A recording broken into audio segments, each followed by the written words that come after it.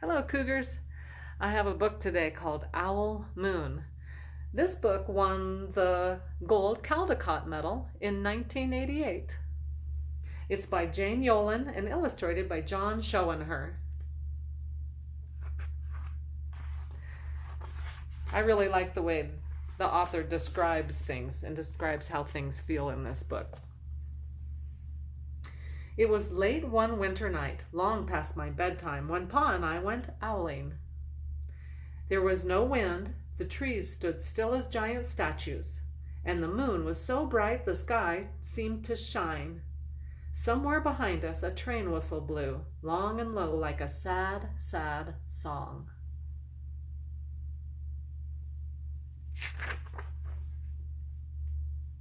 I could hear it through the woolen cap Pa had pulled down over my ears. A farm dog answered the train, and then a second dog joined in. They sang out, trains and dogs, for a real long time. And when their voices faded away, it was as quiet as a dream. We walked on toward the woods, Pa and I.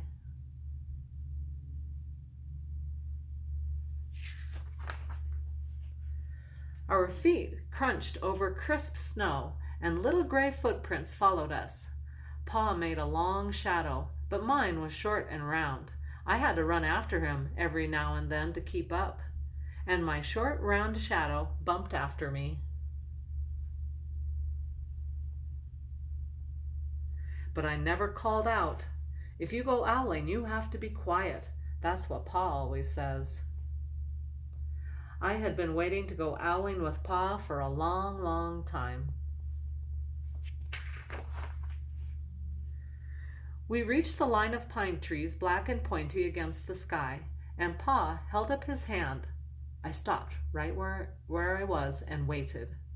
He looked up, as if searching the stars, as if reading a map up there. The moon made his face into a silvery mask. Then he called, "Hoo, hoo, hoo, hoo, hoo, hoo," the sound of a great horned owl. "Hoo, hoo, hoo, hoo, hoo, hoo."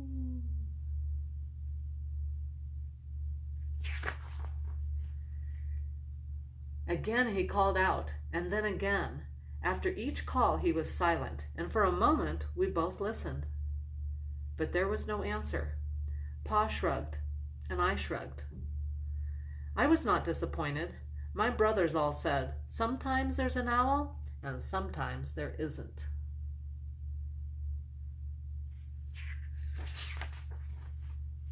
We walked on. I could feel the cold, as if someone's icy hand was palmed down on my back.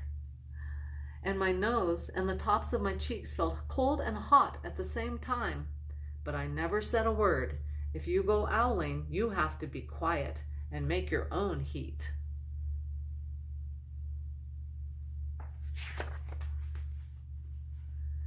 We went into the woods. The shadows were the blackest things I had ever seen. They stained the white snow. My mouth felt furry, for the scarf over it was warm and wet. I didn't ask what kinds of things hide behind black trees in the middle of the night. When you go owling, you have to be brave.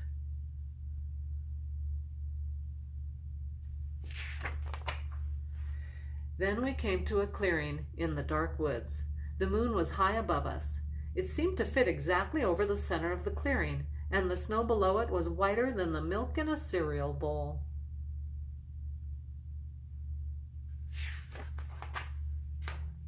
I sighed, and Pa held up his hand at the sound. I put my mittens over my scarf, over my mouth, and listened hard. And then Pa called, "Hoo, hoo, hoo, hoo, hoo, hoo, hoo, hoo, hoo, hoo, hoo, hoo." I listened and looked so hard my ears hurt and my eyes got cloudy with the cold. Pa raised his face to call out again, but before he could open his mouth, an echo came threading its way through the trees. "Hoo, hoo, hoo, hoo, hoo, hoo."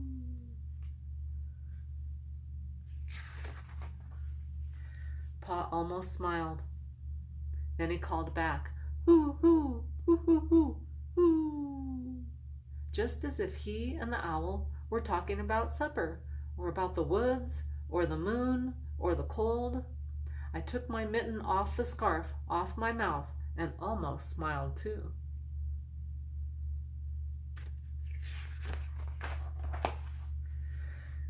The owl's call came closer, from high up in the trees, on the edge of the meadow. Nothing in the meadow moved. All of a sudden, an owl shadow, part of the big tree shadow, lifted off and flew right over us. We watched silently, with heat in our mouths, the heat of all those words we had not spoken. The shadow hooted again. See the owl?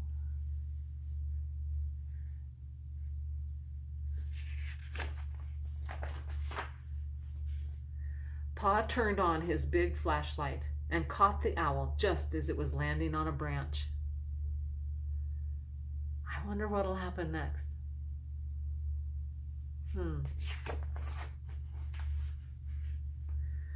For 1 minute, 3 minutes, maybe even 100 minutes, we stared at one another.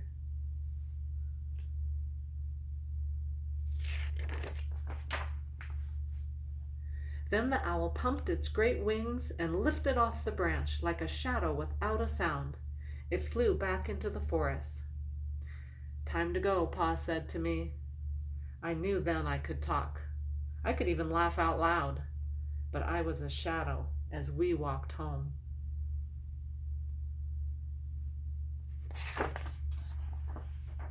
When you go owling, you don't need words or warm or anything but hope. That's what Pa says, the kind of hope that flies on silent wings under a shining owl moon. I hope you enjoyed that book, Owl Moon. Have a great day.